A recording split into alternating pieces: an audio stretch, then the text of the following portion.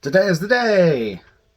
The last two episodes of RWBY Beyond, and for the time being, the last of RWBY. But thankfully, on Wednesday, the RWBY retrospective stream, it was confirmed that they are in the next stages of talks with who could possibly be helping to make RWBY come to life, and there's hope. So, we have a light at the end of the tunnel.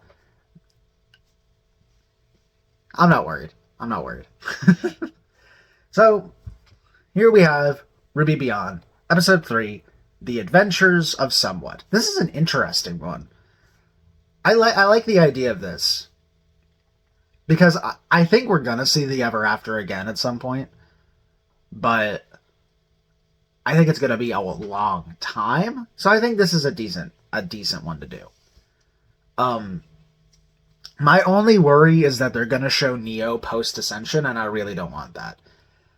I really think that ruins what makes her death so good, and I'm planning on having a video dissecting Neo as a character and why her death is my favorite of the show, and I'm really worried they're going to show what she becomes, and that really takes away from how good that death is.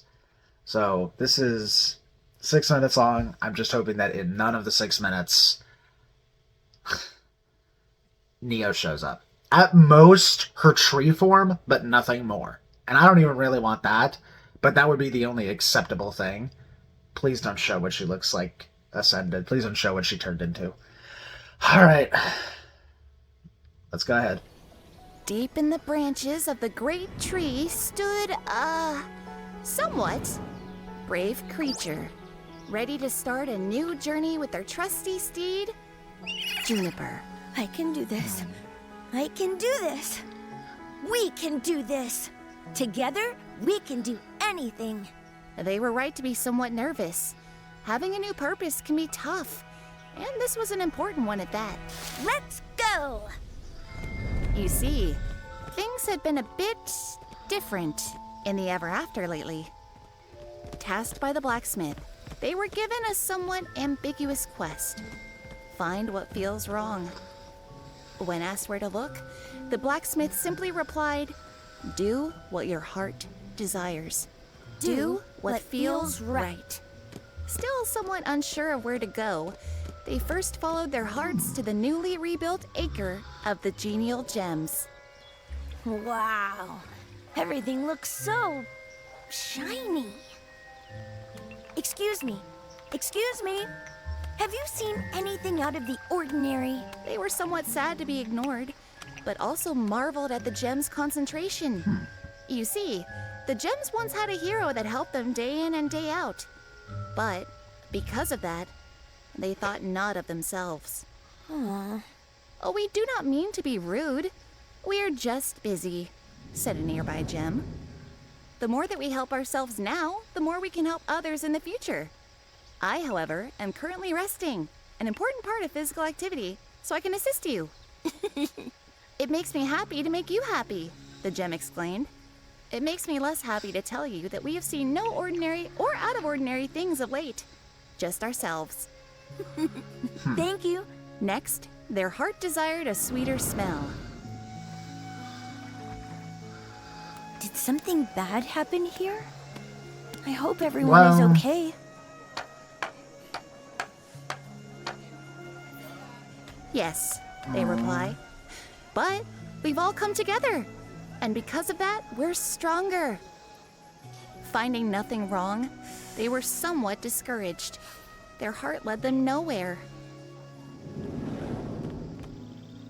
How may I assist you? The herbalist asked. Oh, we're not yet ready to return to the tree. We still have our purpose. I see. May I ask a small favor? There is an after and a need. Please, do what feels right.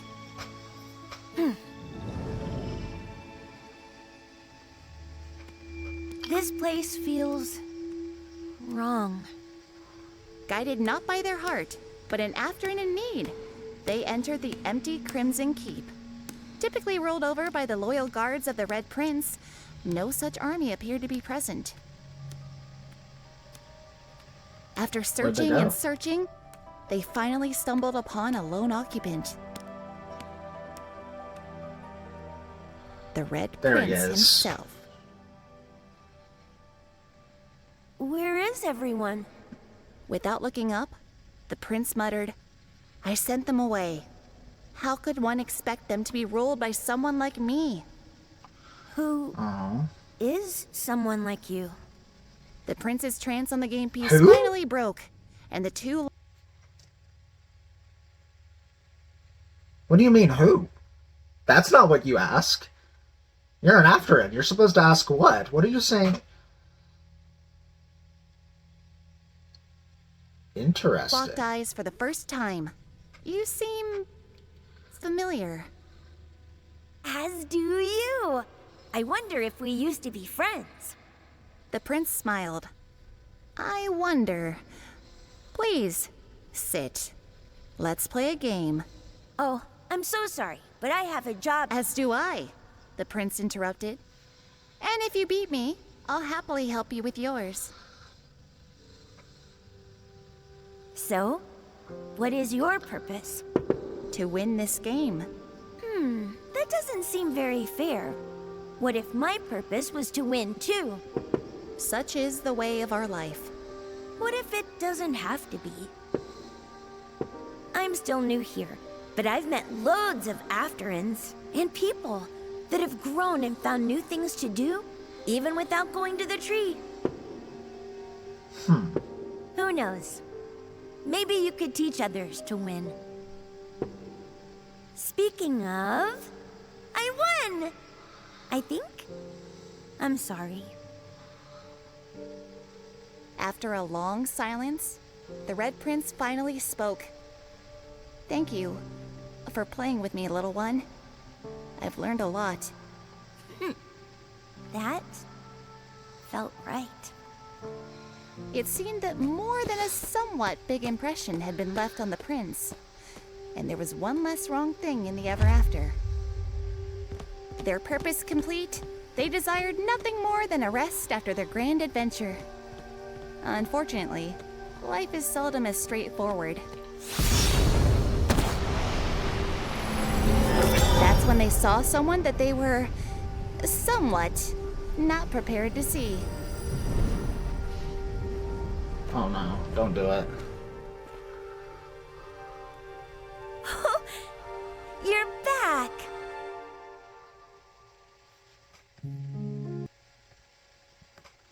I was a little worried that it was going to be Neo, but... Hold on. Hold on. You mean to tell me that they... Okay, so I was right to think, okay, we are going to see the Ever After again. What?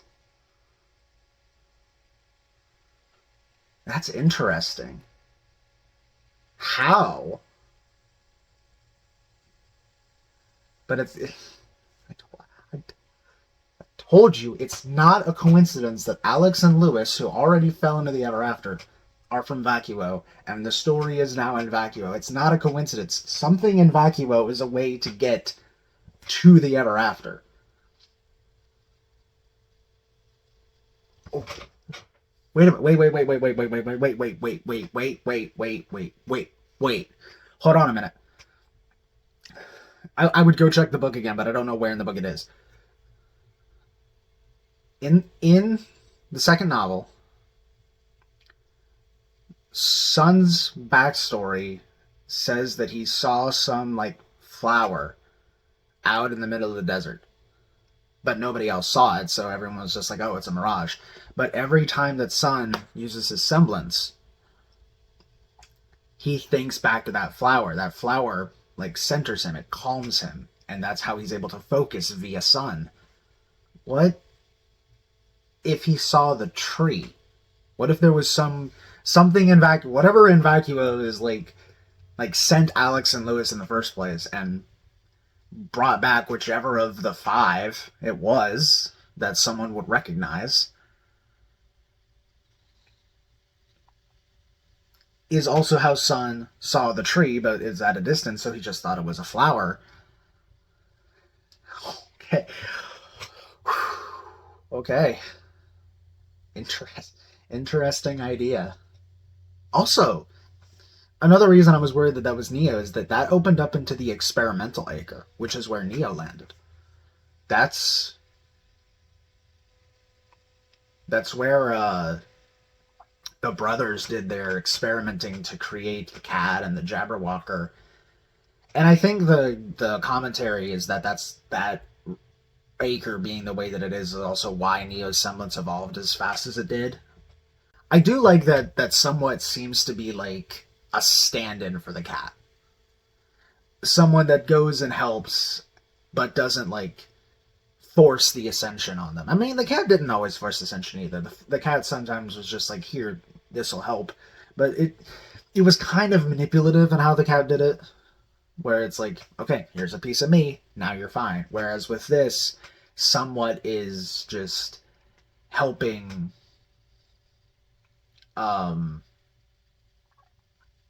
helping without that. Is helping them realize it themselves instead of forcing them to realize it, which is a very nice touch. Also, interesting that the herbalist has the same purpose, just with a new body. I don't know why I thought differently, but same purpose, so still the herbalist. Interesting. Also, I like that someone has a little stick. It's like that's their crescent rose essentially. Oh, this is good. This was a fun way to revisit the Ever After, and apparently tease a potential return to it that I briefly said that I thought was going to happen beforehand. Now, don't you go anywhere. Don't you go anywhere. Because soon after this video goes out, the next one is going to be out. Or we will be covering the last episode of RWBY Beyond. But until then, do all of that YouTube algorithm stuff. Like, comment, subscribe, and I will see you when I see you.